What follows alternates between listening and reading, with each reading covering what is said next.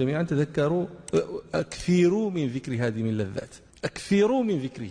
لم يقل اذكروه اطردوا النسيان عنه، لكن أكثروا من ذكره، لأن الإكثار من ذكره واستحضاره وطرد الغفلة عنه يحملك على إحسان الفعل وكف الإساءة.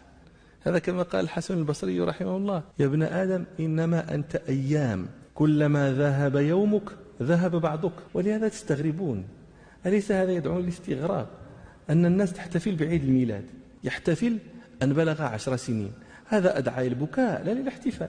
لو قدر لك أنك تعيش 60 عاما، هذه 10 سنين التي تحتفل بها هي قربتك من منيتك؟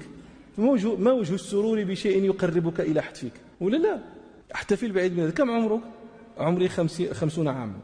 طيب أنت المفروض أن نسمع عويلك وأن يشتد صراخك، لأن 50 أنت.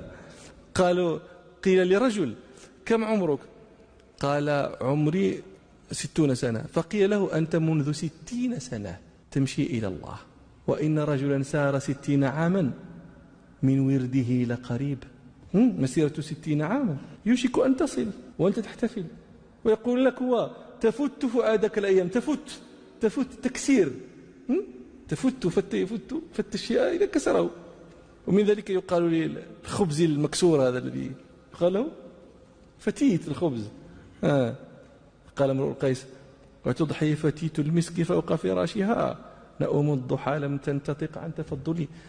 فقال: تفت فؤادك. قال امرؤ القيس: وتضحي فتيت المسك فوق فراشها، يعني كناية عن غناها وأنها فتاة منعمة.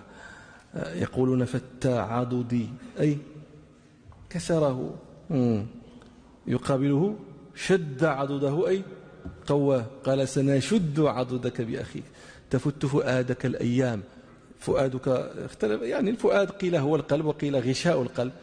الشاهد أن هذه الأيام تكسر ذلك القلب الذي هو به نبضه حياتك، فمتى فتت وكسر انقطعت أيام.